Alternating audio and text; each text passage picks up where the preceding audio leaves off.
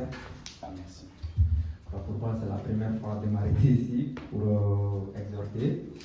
J'espère que ça ne sera pas la dernière fois. Amen. Aujourd'hui, comme thème, je vais vous parler de la justice de Dieu. Amen. Nous allons prendre nos Bibles. Nous allons lire Romains chapitre 10, chapitre 10, verset 3. Et puis Romains chapitre 2 du verset 3 au verset 6.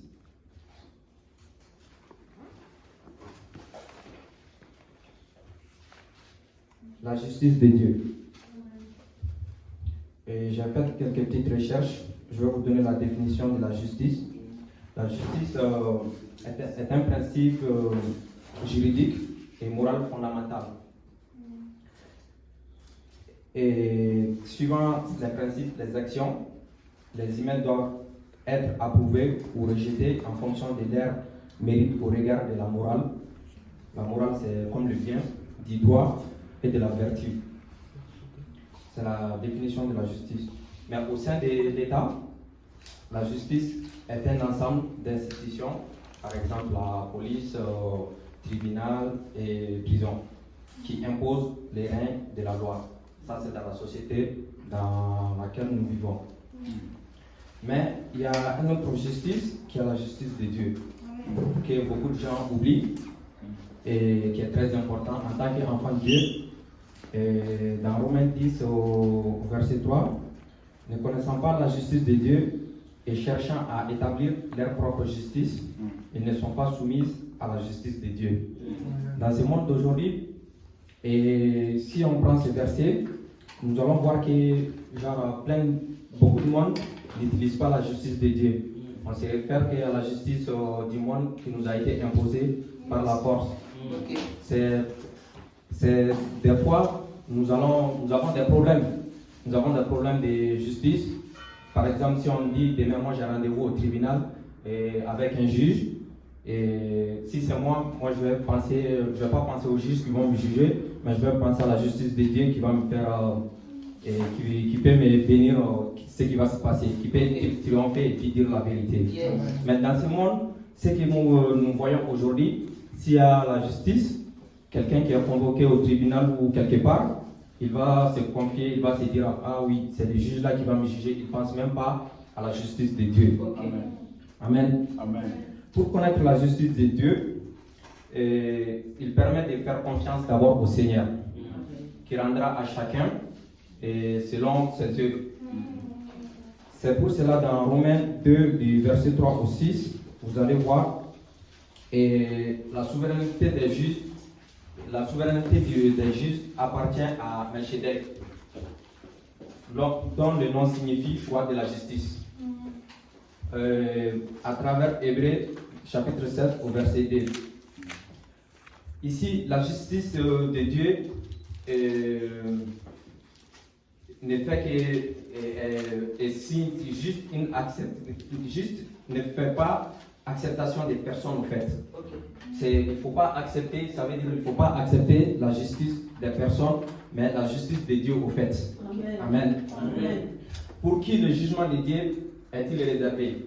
Le jugement de Dieu est réservé aux enfants du Seigneur. Amen. Amen.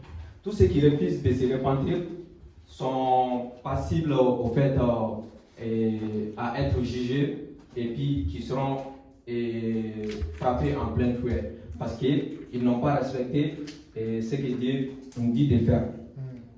Il y aura une condamnation contre les rebelles, les méchants, les occultes, les impulsifs, les adultères et les meurtriers.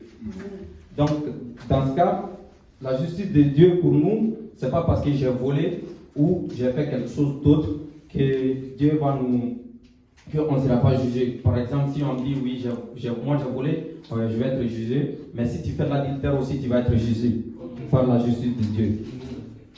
Donc, pour un enfant de Dieu, nous devons abandonner ces manœuvres, les mauvaises voies, au risque de ne pas subir les châtiments réservés ou simplement parce que l'arme de l'Éternel va exercer la justice implacable. Amen. Donc, en tant qu'enfant de Dieu, et si nous parlons de la justice de Dieu, on ne peut pas sauter tant que, genre, il ne faut pas avoir la foi en Dieu. Il faut avoir la foi en Dieu pour parler de la justice de Dieu. Amen. Parce que juste si j'ai un problème, au lieu de penser à quelque chose d'autre, il faut que je pense d'abord à Dieu qui peut me sortir de là. Amen. Amen. Amen.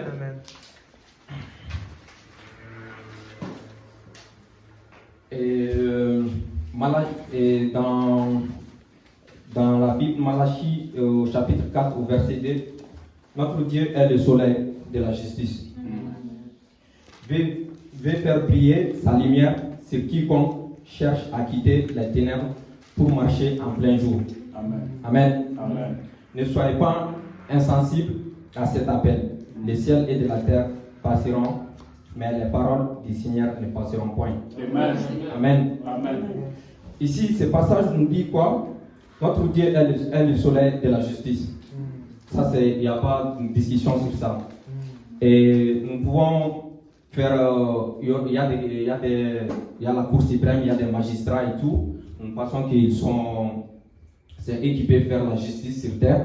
Tout ce qui se passe, peut-être toi tu as raison sur un truc, mais tu te dis, oui, c'est eux qui vont triompher, c'est eux les juges et tout, alors qu'on se trompe. En tant qu'enfant de Dieu, si tu te fais briller par le soleil de Dieu, c'est la justice de Dieu qui va te couvrir. C'est lui qui va s'imposer sa main sur ta justice, qui va te sauver. Car l'Éternel est juste. Amen. Il aime la justice. Amen. Il aime les hommes droits. Sa face déclare dans Somme 11, au verset 7, on nous demande qu'adviendra-t-il à ceux qui ne se seraient pas séparés de la rencontre de Dieu. Ici, on nous dit il est temps de suivre le Seigneur. Il est le juste, notre avocat auprès du Père, comme nous le révèle. Amen. Amen.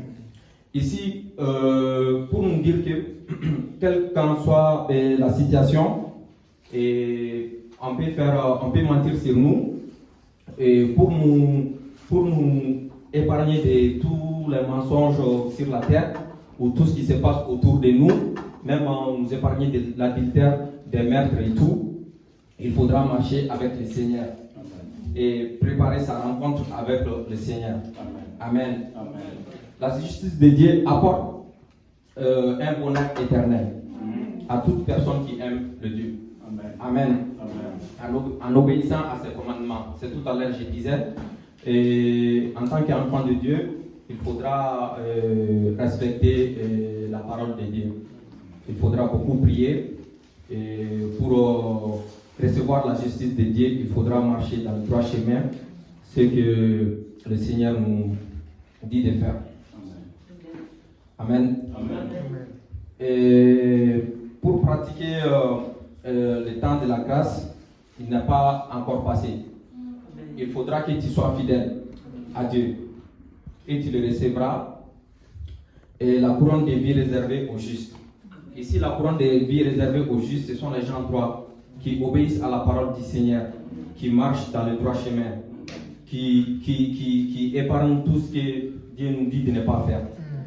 Donc, en tant qu'enfant de Dieu, ce que moi je peux dire par là, ce que je peux dire par là, il faudra marcher dans le droit chemin, être juste. Il faut beaucoup prier, avoir la foi en Dieu. C'est lui seul qui peut faire la justice, pas un être humain sur terre qui peut faire la justice. Amen. Amen. Donc, c'est ce que j'avais résumé pour vous aujourd'hui. Et puis, je vais donner la parole au pasteur.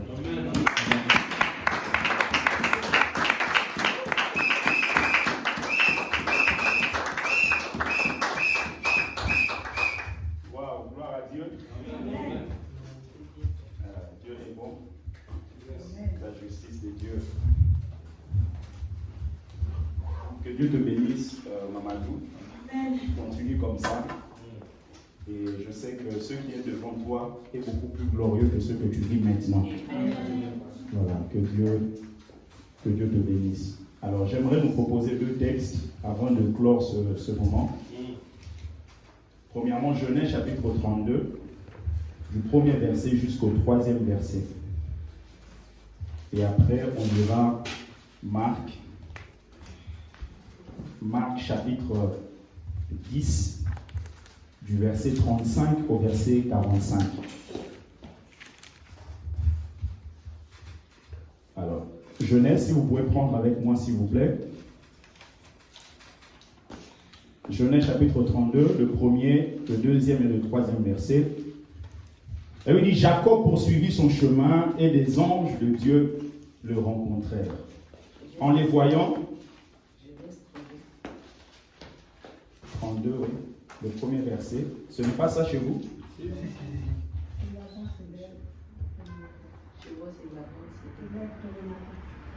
Ça commence au chapitre 2, enfin au verset 32.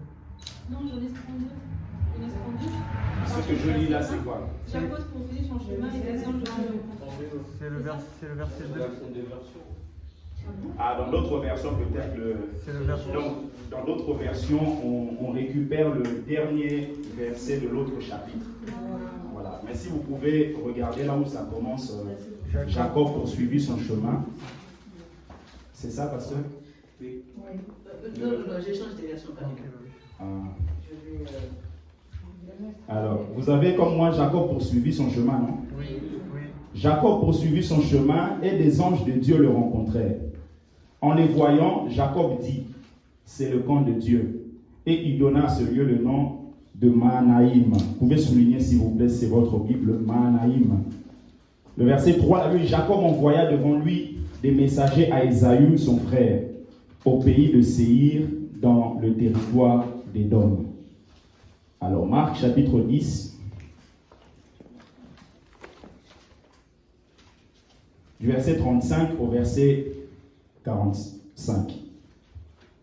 Il dit, les fils de Zébédée, Jacques et Jean, s'approchèrent de Jésus et lui dirent, Maître, nous voudrions que tu fisses pour nous ce que nous te demanderons. Il leur dit, que voulez-vous que je fasse pour vous? Accorde-nous, lui dirent-ils, d'être assis l'un à ta droite et l'autre à ta gauche, quand tu seras dans ta gloire. Jésus leur répondit, vous ne savez ce que vous demandez. Pouvez-vous boire la coupe que je dois boire, ou être baptisé du baptême dont je dois être baptisé? Nous le pouvons, dirent-ils. Et Jésus leur répondit, il est vrai que vous boirez la coupe que je dois boire, et que vous serez baptisés du baptême dont je dois être baptisé, mais pour ce qui est d'être assis à ma droite ou à ma gauche, cela ne dépend pas de moi, et ne sera donné qu'à ceux à qui cela est réservé. Les 10, ayant entendu cela, commencèrent à s'indigner contre Jacques et Jean. Jésus les appela et leur dit, vous savez que ceux qu'on regarde comme les chefs des nations les tyrannisent, et que les grands les dominent. Il n'en est pas de même au milieu de vous, mais quiconque veut être grand parmi vous, qu'il soit votre serviteur. Et quiconque veut être le premier parmi vous, qu'il soit esclave de tous. Car le Fils de l'homme est venu, non pour être servi, mais pour servir, et donner sa vie comme la rançon de plusieurs. Amen. Amen. Voilà. Alors, je vais nous partager, toujours dans la même lignée, de ce que le frère Mamadou a commencé, la justice de Dieu. Et vous savez, la justice de Dieu est différente de la justice des hommes. Et lorsqu'on parle de la justice de Dieu, j'aimerais que vous compreniez que Dieu, dans sa justice, il ne pouvait que condamner l'homme. Il ne pouvait que punir l'homme. Parce que Dieu ne pouvait pas châtier le péché, parce qu'en refusant de châtier le péché, il ne serait pas juste. En fait, la justice de Dieu obligeait Dieu, entre guillemets, à pouvoir châtier le péché. Mais justement, sa justice marche avec son amour. Et de l'autre côté, son amour a fait qu'il puisse envoyer son Fils unique, afin que quiconque croit en lui ne périsse point, mais qu'il ait la vie éternelle. Et maintenant, lorsque nous recevons ce Jésus, il nous permet d'avoir le Saint-Esprit. Et maintenant, le Saint-Esprit, quand vous étudiez la Bible, vous allez voir, on l'appelle le paraclet. Paraclet veut dire non seulement consolateur, veut dire aussi avocat. En fait, le Saint-Esprit a la mission de l'avocat. Et avant de pouvoir vous dire 2-3 choses avant que nous prions, j'aimerais que vous notiez justement la mission du Saint-Esprit en tant qu'avocat. Premièrement, en tant qu'avocat, le Saint-Esprit, il intervient pour nous. Il intervient pour nous. Un avocat, vous savez, quand vous êtes dans une affaire, un avocat ne vient pas dans une affaire pour lui. Un avocat vient dans une affaire pour vous qui avez un problème.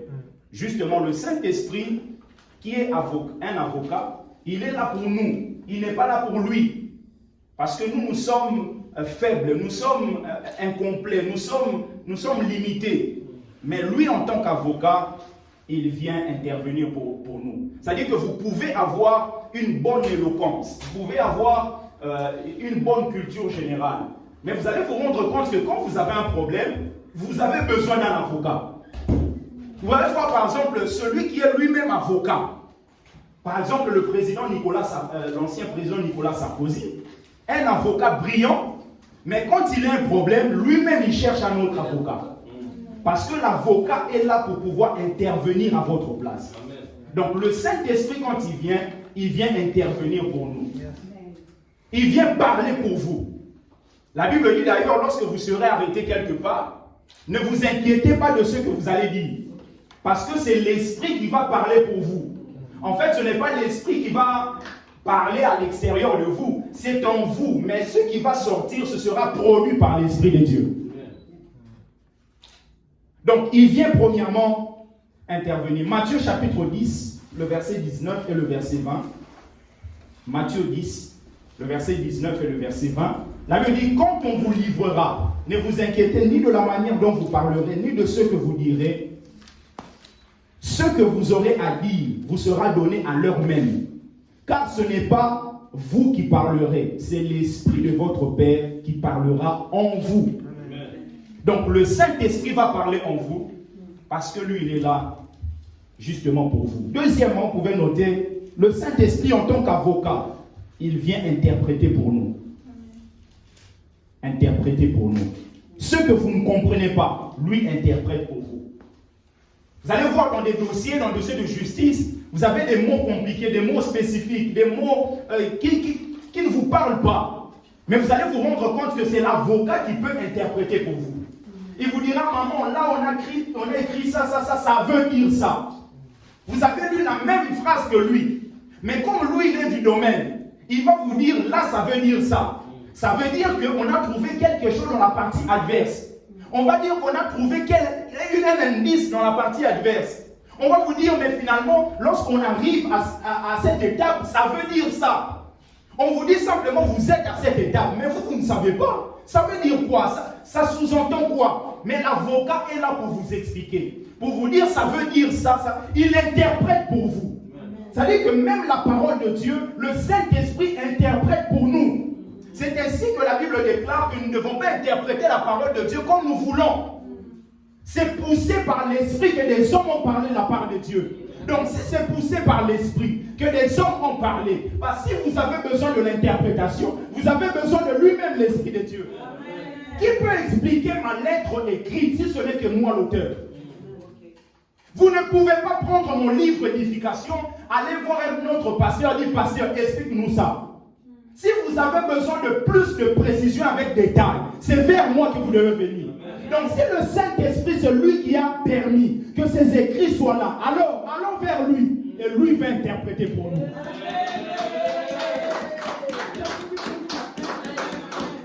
Il interprète pour nous. Jean chapitre 14, le verset 26, la Bible déclare Jean 14, 26. Elle dit, mais le consolateur, l'Esprit Saint, que le Père enverra en mon nom, vous enseignera toutes choses et vous rappellera tout ce que je vous ai enseigné, tout ce que je vous ai dit.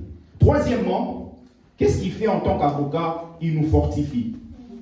Lorsque vous êtes sans force, devant un dossier, devant un problème, devant une affaire, devant quelque chose, devant une situation, vous ne savez pas quoi faire, vous ne savez pas vers qui aller, vous ne savez pas, mais le Saint-Esprit est là. Et en tant qu'homme, il y a des situations comme ça qui arrivent. Vous êtes là, ça peut être dans le domaine financier, ça peut être spirituel, ça peut être famille, ça peut être dans plusieurs domaines. Vous ne savez pas quoi faire, vers qui aller. Mais le Saint-Esprit est là pour pouvoir vous fortifier. Un moment où les gens disent des mensonges sur vous. Vous êtes assis, on dit, elle avait dit. Toi-même, tu te dis, mais j'ai dit ça quand? Tu commences même à vérifier dans ta mémoire pour dire, peut-être je le dis d'une manière inconsciente, mais tu te rends compte que tu n'as jamais dit ça. Mais quelqu'un confirme que tu l'as dit. En ce moment-là, ça peut te blesser. Mais le Saint-Esprit vient te fortifier. Il te dit, mais non, regarde Jésus. Jésus aussi a vécu la même chose. On dit qu'il est fils de Bézébul. Pourquoi? Parce qu'il fait ça, il fait ça. Mais il ne l'était pas. Toi, pareil, fortifie-toi. Prends courage. Il est là, il nous fortifie. Il nous fortifie. Il nous dit, ça ira. Je sais. L'avocat, il est là pour ça. C'est-à-dire que vous voyez la tournure de l'affaire. L'avocat viendra vous dire, Narcisse, ça marchera. Ça ira. Parce que je sais comment je vais défendre. Je sais ce que je vais dire. Il va te dire, je connais.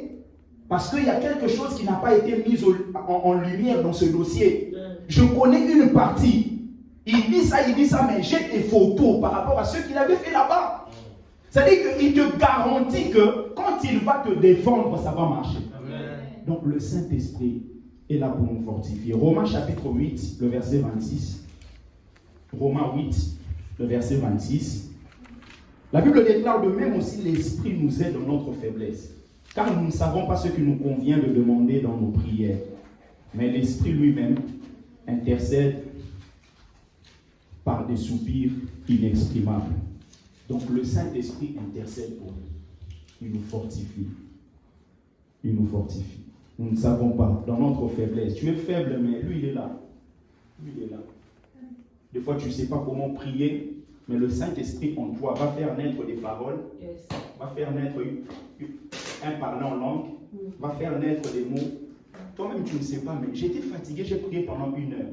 Parce qu'en toi, il y a quelqu'un qui fait le travail. Amen. Le Saint-Esprit te fortifie. Amen. Te fortifie, te fortifie. Les gens peuvent dire, mais avec ceux qui traversent là, lui là, il devait abandonner Dieu depuis longtemps. Mais ceux qui ne savent pas, le Saint-Esprit en toi te fortifie. Amen. Je vous dis la vérité, il y a des situations que même nous qui prions traversons. Si on donne ça à des païens qui sont dans nos écoles, dans nos boulots, 2 jours c'est beaucoup. Ils vont tomber par terre et se suicident. Mais ils vont se poser des questions, mais comment ces gens tiennent? Parce que le Saint-Esprit nous fortifie. Il te fortifie. Tu verras quelqu'un en train de se suicider, il gagne d'ailleurs plus que toi. Oh non, la France est dure et tout ça, je me suicide, il se jette dans le... Mais tu verras une maman qui gagne 300 € par mois, malgré le fait que c'est petit là, mais le Saint-Esprit en elle est en train de la fortifier. De la fortifier. De la fortifier. Va chez maman. De la fortifier. Et pour terminer avec ce texte qu'on a lu, le livre de Genèse, vous avez la vue de celui qu'on appelle Jacob. Jacob, je crois que j'ai parlé beaucoup de Jacob ici. Jacob était parti chez Laban. En partant chez Laban, son oncle, finalement, il a fait ce qu'il avait à faire, mais il devait quitter chez Laban. En quittant chez Laban, en partant, il a appris que il y a son frère Ésaü qui va venir à sa rencontre. Pourquoi? Parce que Ésaü a entendu que Jacob est là, il vient pour le rencontrer. Maintenant, Jacob, comme il avait fui en prenant la bénédiction de son frère, quand il a entendu ça, il a eu peur. Parce qu'il s'est dit, mais il va se révolter, il va essayer de lui faire du mal et tout ça. Mais quand vous étudiez très bien, vous allez vous rendre compte que dans le cœur de Ésaü, il n'y avait plus tout ça. Lui, il s'inquiétait et il commence à prendre des mesures. Et la Bible déclare qu'arrivé à cet endroit-là, il a vu les anges de Dieu. Maintenant, en voyant les anges de Dieu, Jacob a compris. Parce qu'il avait une troupe. Jacob avait un camp. Maintenant, en voyant les anges de Dieu, il se rend compte qu'il n'y a pas seulement son camp à lui. Il y a aussi le camp de Dieu. Mais le camp de Dieu est composé de qui? Est composé des anges. Parce que les anges sont des serviteurs de Dieu, envoyés pour exercer un ministère en notre faveur. Maintenant, Jacob se dit, oh, mais là, il y a le camp de Dieu. C'est ainsi qu'il appelle ce lieu Mahanaïm. Mahanaïm, en hébreu, veut dire simplement deux camps. C'est-à-dire, Jacob, prophétiquement, il est en train de dire, dans la vie, je me rends compte qu'il y a deux camps. Il y a un camp de Jacob, mais il y a aussi un camp de Dieu. Maintenant, quand il a cette révélation doit aller jusqu'au bout. Parce que quand vous comprenez que vous avez un camp, le camp peut être l'image de votre famille. Ça peut être l'image de Matumbulu, tous les Kouété. Quand on dit tous les Kazali, ça fait partie d'un camp. Tous les Matumbulu, ça fait partie d'un camp. Mais quand vous comprenez, vous avez la révélation, vous comprenez qu'il n'y a pas seulement votre camp, mais il y a aussi le camp de Dieu composé des anges. Vous allez vous rendre compte que, bien aimé, vous allez bafouer, remettre de côté votre camp, vous reposer sur le camp de Dieu. Maintenant, qu'est-ce qu'a fait Jacob? Jacob, la Bible déclare, quand il s'est rendu compte qu'il y a aussi le camp de Dieu, il a fait une bêtise. Qu'est-ce qu'il a fait? Il a pris son camp à lui. Il a divisé ça en deux. En divisant ça en deux, qu'est-ce qu'il était en train de faire? Il était en train de créer un autre Mahanaïm. Parce que Mahanaïm veut dire deux camps. Il y avait déjà son camp et le camp de Dieu. Maintenant, quand il a vu un problème devant lui, qu'est-ce qu'il a fait? Il a divisé son camp. Autrement dit, il a mis de côté le camp de Dieu. Plusieurs personnes, lorsque les difficultés arrivent, qu'est-ce qu'ils font? Ils divisent leur camp. Ils pensent à Tata Moissi, ils pensent à Maman Kouloutou, ils pensent à l'oncle là-bas, ils pensent à Tata Moissi. Mais ceux qui ne savent pas, au-delà de ces camps, il y a le camp de Dieu. Il y a le camp de Dieu. Il y a le camp de Dieu. Il y a le camp de Dieu. Je prie au nom de Jésus que le camp de Dieu se lève dans ta vie, se lève dans ta famille, se lève avec tes enfants, se lève dans ton foyer, se lève dans cette église. Le camp de Dieu. Le camp de Dieu. Il a mis de côté le camp de Dieu. Il a divisé son camp en deux. Il a créé son Mahanaïm. Bien-aimé, s'il te plaît, ne crée pas ton Mahanaïm. Ne crée pas. Parce que la vraie force ne vient pas de ce que toi tu crées. Vient de ce que Dieu te donne. Parce que les anges là, c'était un don de Dieu. Un don de Dieu. Ce que Dieu t'a donné. Quand tu divises, tu dis à Dieu, je veux me débrouiller. Je veux me débrouiller.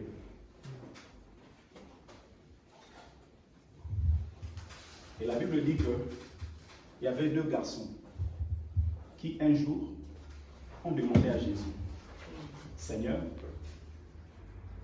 s'il te plaît, quand tu seras dans ta gloire, permets que l'un soit à ta gauche, l'autre soit à ta droite. Que nous soyons à ta gauche et à ta droite. Ils ont demandé à Jésus en disant, d'ailleurs, accepte avant que nous te posions la question. Jésus a dit non, mais on n'accepte pas avant d'avoir entendu la question. Il dit, qu'est-ce que vous voulez? C'est ainsi qu'ils vont expliquer à Jésus, nous voulons que lorsque tu seras dans ta gloire, que mon frère soit à ta gauche et moi je sois à ta droite. Jésus dit, vous ne savez pas ce que vous demandez. Mais cette demande veut dire quoi? Cette demande veut dire simplement que ces hommes avaient besoin d'être proches de Jésus, mais avaient aussi besoin d'avoir une forme d'autorité. Parce que même quand ils posaient des questions, ils voulaient être au-dessus de ceux qui étaient tout autour d'eux. Parce que les disciples, il y en avait 12. Quand ils disent d'être l'un à gauche, l'un à droite, cela veut dire que quand ces deux places sont prises, les autres vont se débrouiller ailleurs. Donc, il y avait la première notion, la notion de la proximité. Ils voulaient être proches de Jésus. Deuxièmement, ils voulaient avoir une forme d'autorité. Dans la vie chrétienne, il faut manifester l'autorité. Mais pour manifester l'autorité, il faut déjà la voir. Il faut déjà la voir. Le monde des ténèbres est bien organisé. On parle des principautés, des dominations, des esprits. C'est bien organisé. Il y a une forme de hiérarchie. Et dans le monde spirituel, en tant qu'enfant de Dieu, si vous ne comprenez pas la place de l'autorité, bien aimé, vous allez vivre une vie de défaite. Ok. Il ne suffit pas de dire que j'ai Jésus. Il faut manifester l'autorité de Jésus. Ok. Finalement, Jésus dit, mais vous ne savez pas ce que vous demandez. Il dit, est-ce que vous allez boire la coupe que je bois? Est-ce que vous allez être baptisé du même baptême que moi, je suis en train de bénéficier? En fait, Jésus posait deux fondements. Il dit, si vous voulez être proche de moi, bien que par après, il va dire que c'est quelque chose qui est donné à ces personnes à qui cela a été réservé.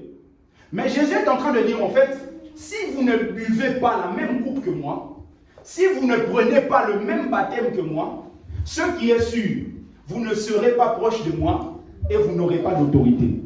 Mais quand vous buvez et vous êtes baptisé de ça, comprenez que c'est possible que vous ne soyez pas non plus à côté de moi. Vous comprenez ce que je dis? C'est-à-dire que si vous ne buvez pas,